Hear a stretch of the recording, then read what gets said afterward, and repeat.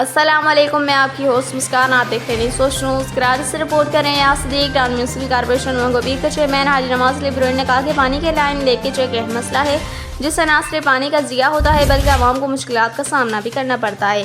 यह मसला न सिर्फ पानी की कमी का बायस बनता है बल्कि सड़कों और गलियों में भी नुकसानदा हालात पैदा कर सकता है। पानी के वसाइल की हिफाजत हमारी इज्तिमाई जिम्मेदारी है। जब भी पानी की लाइन में लीकेज हो तो ये ना सिर्फ हमारे पानी के ज़खायर को ज़ाया करती है बल्कि ये माली और समाजी मुश्किलात का भी सबब बनती है। हमें ये बात समझनी होगी कि पानी एक कीमती असाज़ा है और हमें इसके इस्तेमाल और हिफाजत पर खुसूसी तवज्जो देनी होगी।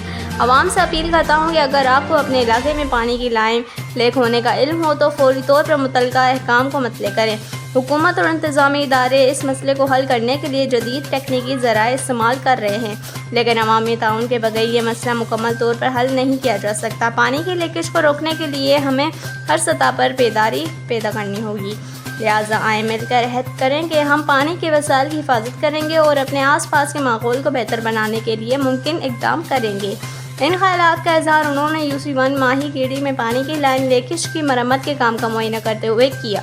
इस मौके पर इनके हमरा municipal commissioner Aga Khaleeq, superintendent engineer Hasan Sheikh, AEE Afaq Alim, sub engineer Junaid Siddiqui, इलाका मोज़ीन और अवाम बड़ी तादाद में मौजूद थे।